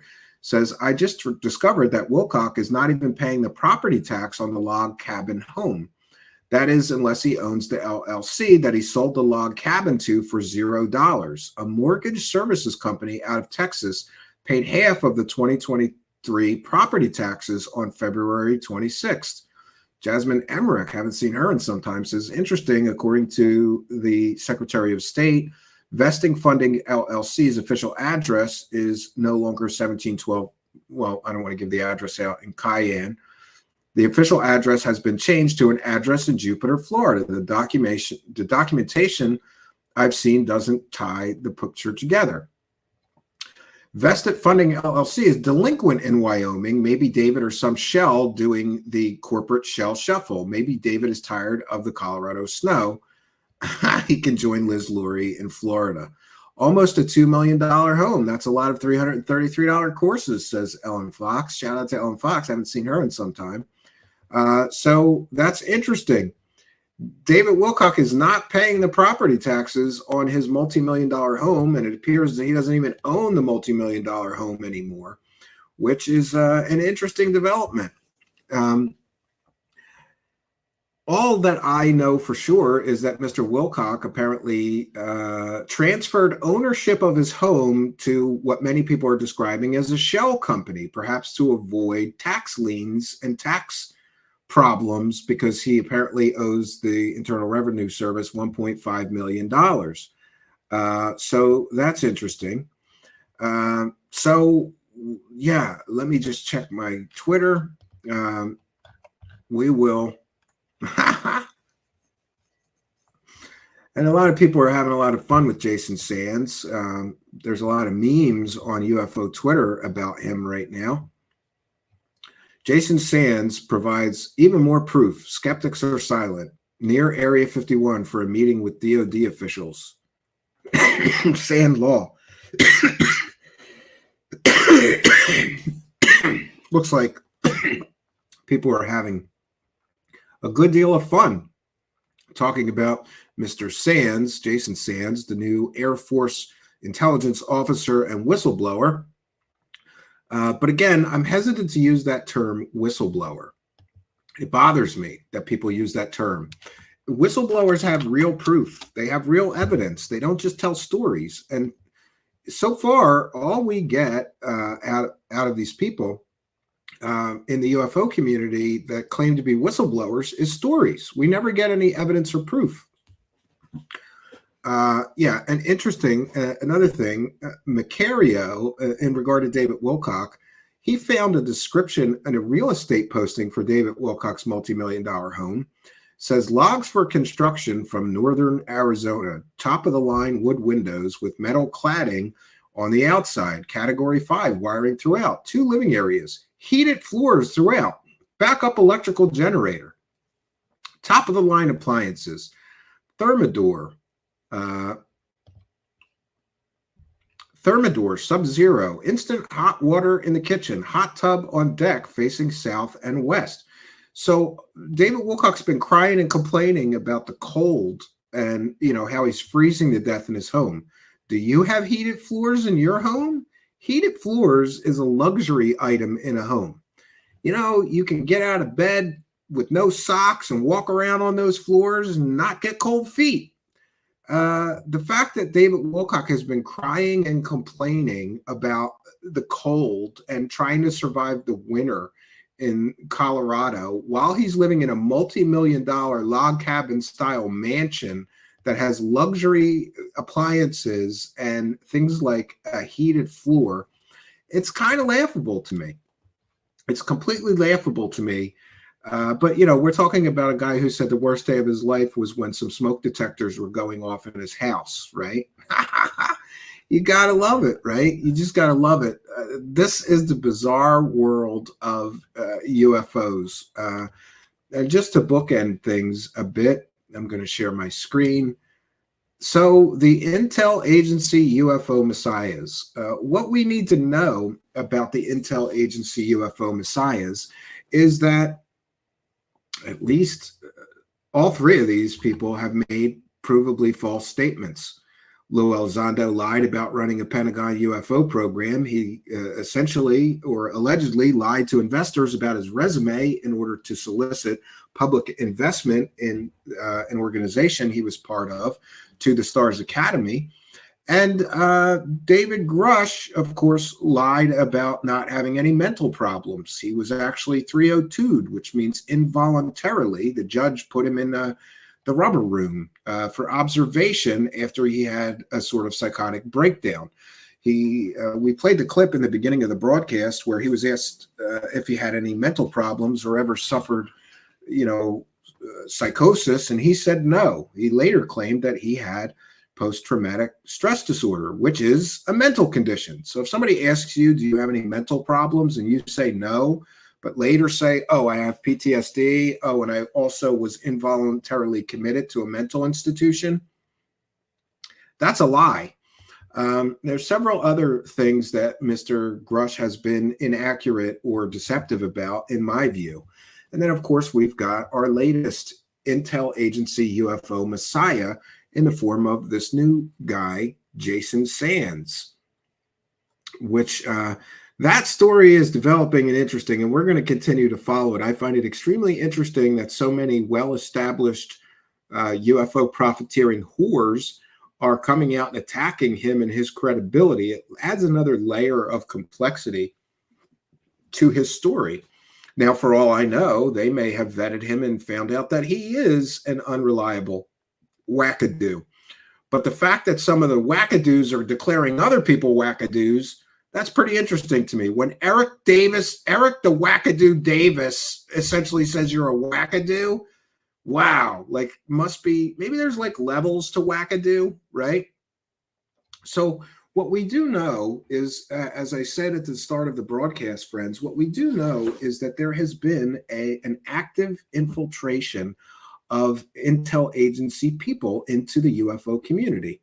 And inevitably, all of them have some similarities. And one of those similarities is that they all overhype, overpromise, and inevitably underdeliver. Now, I'm going to be cautious in including Mr. Sands in that so far.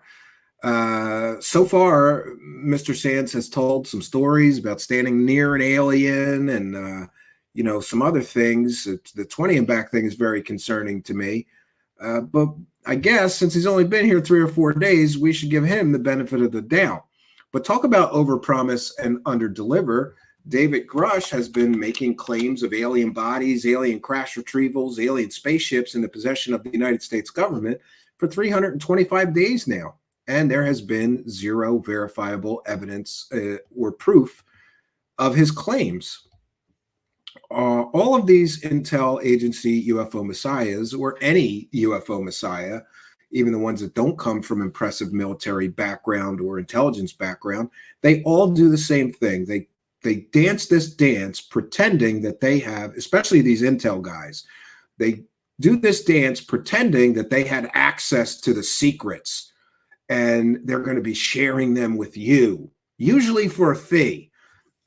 And for Clown Elizondo here to cry and complain that he hasn't made any money and he's done all this for free, when we can verifiably prove that he's been paid for things, his UFO efforts, is kind of laughable. But this infiltration of intel agency people into the UFO community, it's really perplexing to me because, it just brings up so many questions. Like, what if a bunch of United States high-ranking military intel guys infiltrated the Dungeons and Dragons community? That would be a huge story. It'd be on the cover of the New York Times. Well, maybe not. They like fake stories, like the Lue Elizondo, like the Lue Elizondo bluff, right? All of these guys do the same thing that I have observed. There's a lot of similarities.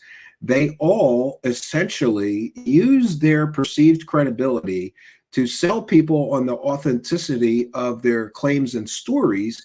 However, we've done an exhaustive look into UFO whistleblowers of the past, including ones that had high-ranking military and intelligence credentials, and none of them ever provide any evidence. I think history is our greatest teacher, and if history teaches us anything, it's to pay attention to history. And I understand that many people, including myself, honestly, I want to believe that the government's got those alien bodies in a freezer somewhere, right? I want to believe that they got captured alien spaceships capable of remarkable propulsion and other capabilities. But when we get to the actual meat on the bones, there is no meat. It's just a bone. And every once in a while, these people, who I also call carrot danglers, they're always dangling that carrot. Disclosure's coming soon, and we need to keep pushing, and all this nonsense. Is it all just to keep people busy and interested, or what?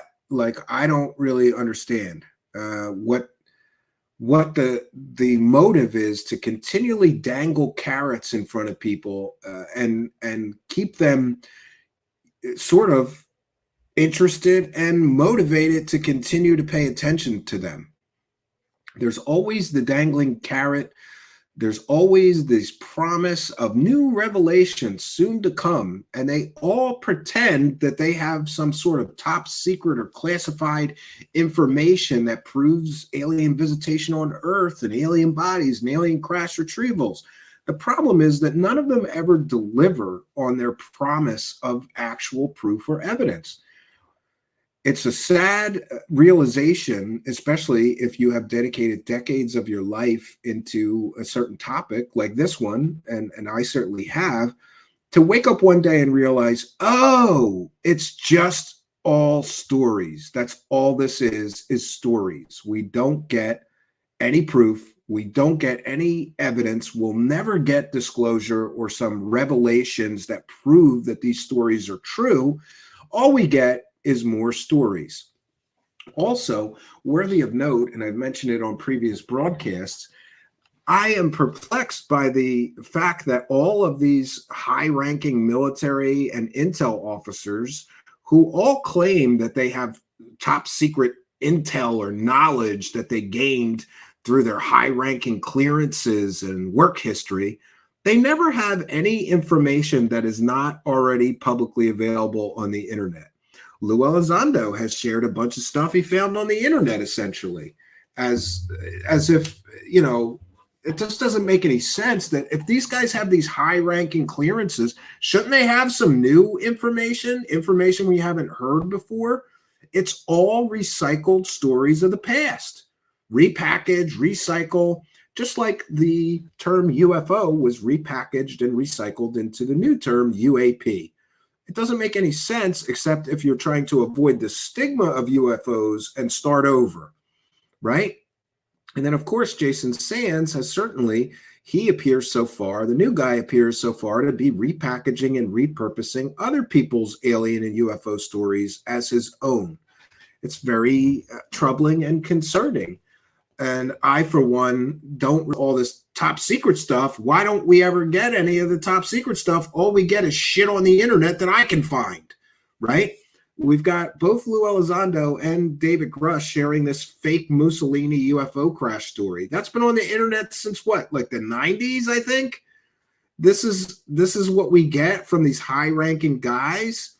Part of me, you know, a lot of people have become very conspiratorial about this intel agency infiltration into the UFO community, thinking or claiming that it's some sort of government psyop to deflect from the real secret stuff or to throw people off of the trail so that they don't find the real alien information.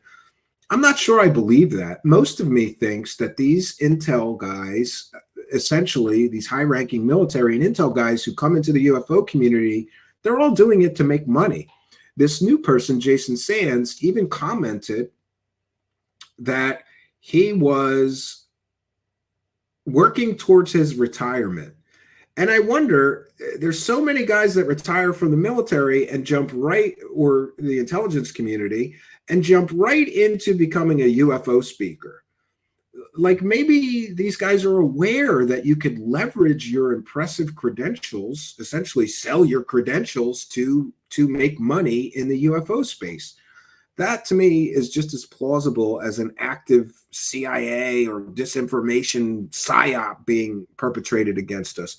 Maybe these guys just realize, hey, I have these impressive military and intelligence credentials. It'll be easy to fool people into thinking that I know the secrets of the aliens and UFOs and I've seen stuff while I was working in the government. They all basically, they don't directly say that, but yet they all imply that they've seen some incredible secret things during their role as a military intelligence officer or an intel agency officer, and they've seen incredible things. And again, for a price, they will share those secrets with you. But their secrets amount to shit they saw on the internet or shit they saw in a documentary or something that they read in a book. They never have any original or new information, or almost never. And I think that is very telling. Why do these high-ranking military and intel guys only have the same stuff you or I can get on the internet? It makes no sense. Yeah. So we'll take some comments and questions from the live chat, friends. And before bouncing on out of here, hearing Grusch talk about Mussolini UFO was my red flag because I knew for sure that wasn't true. Good catch, JJT, especially because that story involves William Brophy, a known UFO hoaxer, profiteering scumbag who's lied about the Trinity UFO case as well. Paul says CIA has been involved in UFO scene for as long as there have been a CIA, directing and manipulating. Well, there's definitely some evidence of that. Rugged Source mentioning John D'Souza is the best one in my opinion. The alien FBI top secret lawyer who was in charge of photocopying papers. Yeah, there's no verifiable evidence or proof that he ever investigated anything paranormal for the FBI. He's just another one of the profit-driven alphabet soup. I call them alphabet soup people because, you know, you got FBI, CIA, DIA, NSA, whatever, DHS. It's the whole alphabet soup gang. John D'Souza is another one of those alphabet soup people. He claimed that X-Files basically stole ideas from his career investigating paranormal things for the FBI, yet nobody can verify he investigated anything for the FBI, let alone paranormal things. He appears to have been a lawyer who most likely worked on things like warrants and sat at a desk. I killed a blue-collar dino beaver. Initials was LE, dressed up tiny, weird, bearded human male. Well, that's interesting. Mark Tirana is here. Thanks for being a member. Mark says, for me, the benefit of the doubt is now none of us know who was in these programs. Could be. Amy Collins says, did we ever hear Dodie on that panel with Sands? Was that the real Dodie? Yeah. Yeah. And he jumped out like a scared crybaby bitch the moment that this Jason Sands came up and started checking him on his trash talking, which I find extremely entertaining. JJT says, agreed. The PSYOP accusation without any evidence is also a conspiracy theory. Yeah, well, I've tried to connect some dots, but I haven't been able to prove that there's an active, I don't know how you would prove it. But to me, there does seem to be at least some anecdotal evidence that there is at least a perception management operation taking place. They're trying to manage our perceptions and, manage what we believe about UFOs and aliens, which is kind of bizarre. Yes, Garaji is here. It says there is a reason. If they can find the same information in the clear, then they can't be accused of leaking classified information. Yeah, good. Compliziert says lying sources and Grusch retrieval. So comments or questions for me, please put it in all capital letters. I'd appreciate that. We'll take some more comments and questions. ML is here. Thanks for being a member. Says, at this point, even if a spaceship landed in front of me and an alien got out, I would probably just think it's a grifter or a psyop. Yes, we've been inundated with the Grift Squad members, right? Sounds like some of the Grift Squad members are getting pissed off because they're not making enough money. Right? Maybe you should come with some evidence because I don't know about you guys, but I'd be willing to pay. If somebody had smoking gun, incontrovertible evidence of alien visitation on Earth and they put it in a documentary, I would buy it and I'd be happy to pay them for their work to expose that. Unfortunately, all we get is maybes, hopes, so's, possibilities, speculation, and garbage, right? Charlie Weiser, whose side will Angeli take? She's best friends forever with both Jason Sands and Dodie. I didn't know that. That's another point against his credibility if he's even entertaining Angeli, because she's a nutter, right? Patty says, murder in UFO land. Yeah. Patty, this next episode is killing me. And you'll see why when I broadcast it, which I am setting a date. I am going to say that it's next Thursday night at 9 p.m. Eastern. I have to just write a script and get my ducks in a row, dot my I's and cross my T's, and I can broadcast that. It was very difficult because I had to cut up all these news reports and put them in different video to make it a transformative work. Then I had to take the original interrogation videos of the murderer and cut that up. It's taken way too long, but we will have a new episode. I promise you, Patty, by next Thursday of next week, we will have a new episode of Murder in UFO Land. It's the Sherry Shriner murders we'll be covering, if somebody wants to look that up and get a preview. Hank McGurk says, I'm going to start doing most of my ritual magic naked. Well, good for you. Let the boys out. Let the boys get some air, right? Yes, Amy Collins pointing out correctly, things can still be classified officially, yet still be in the public domain from leakage. That's a very good observation, and I think it is right. Complizert says, me never pays attention. Me is from Germany. Yeah, we knew that, right? Yes, Chuck Bam. Jason Sands was forced to serve 20 years on Mars. He didn't really say where he served, but he said he was forced to serve in the 20 and back program. I don't know what you mean by my drip, Hank McGurk. I don't know what that means. Complizert says, classified as hell. Yes. Plan B says, the speculation is not even entertaining. Yeah, well, here's the thing. If you don't have evidence of something, then all you can do is speculate. And that's pretty much where we're at, Just all we've got is speculation and stories and no evidence and no proof. And I get how people think that all the stories put together is it's overwhelming. I remember even Stanton Friedman, he used to open some of his presentations with, there is overwhelming evidence that Earth is being visited by extraterrestrial life. And I every time I heard him say that, I said, where's this overwhelming evidence? And then when I got a chance to know him and talk to him, he said, well, it's the preponderance of all of the evidence. I mean, and I was like, you mean because there's a lot of stories, there must be something to it? And that was basically what he thought was overwhelming evidence. But despite the hundreds, thousands, maybe tens of thousands of stories about aliens, UFOs, crash retrievals, and all this stuff, we don't have a single shred of real empirical evidence to prove that is what's happening, which is both disappointing and maddening to me, especially if you've put so much time into studying a topic to suddenly wake up and go, oh, all we get is stories. So if all you want is to be entertained by a story, then, good for you. But some of us came into the world of UFOs looking for answers into our own strange personal experiences, right? Flubber Lane says, interesting this Jason Sands and the response of the UFO grifters towards him.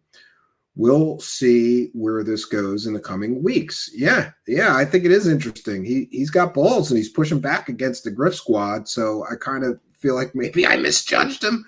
I like anybody that pushes back against the grift squad, but if they're a grifter too, that's kind of problematic. There's a preponderance of evidence that Santa exists, says Elmer Boilerhouse. A good point. What's my take on the Nimitz video? I think it's an interesting video, but it's just as likely that it is an airplane off in the distance that these people were seeing, or a drone, considering it happened right near a drone testing range. and a drone base was very close by.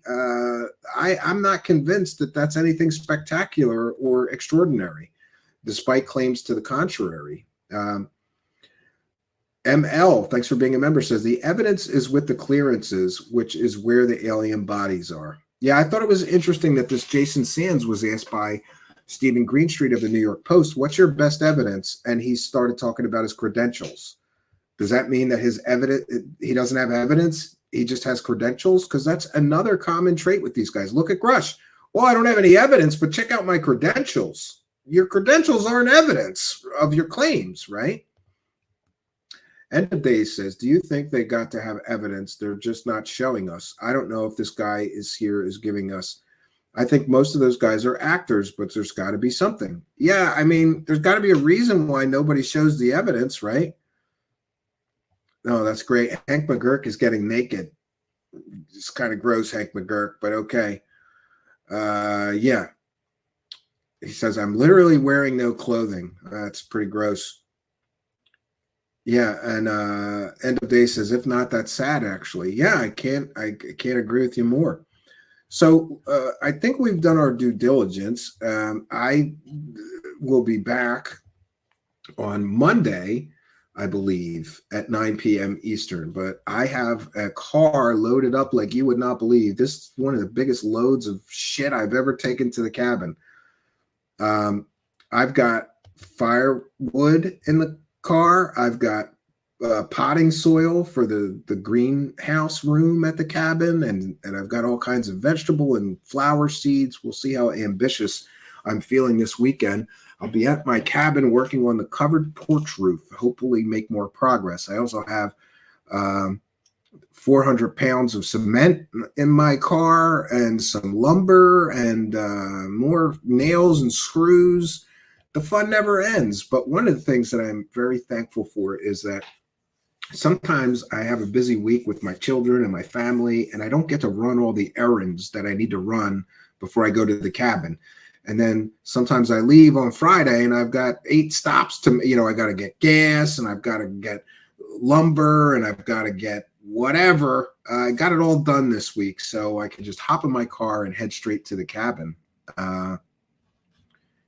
Yes. Art Lewis says, how do we know Sands is one of Grusch's 40 witnesses? We don't until Grusch issues a statement. Some people are saying, yeah, that's one of Grusch's witnesses. Mr. Sands is saying that he is close friends with Mr. Grusch and knows him very well. So people are assuming he's one of the people that was feeding Grusch information. I think we got to wait until we have clarification of that, right? Yes, Bob Birkin says, have a great building weekend, man. Yeah, I'm just thankful that all the errands are done, because one of the things I hate is that it's already a 2-hour drive. You don't want to do an hour or 2 hours of errands before the 2-hour drive. It just makes it a really long night trying to get to the cabin. Thankfully, tomorrow I can just hop in my car. I need gas, but there's plenty of gas stations on the way, so that's not a big deal.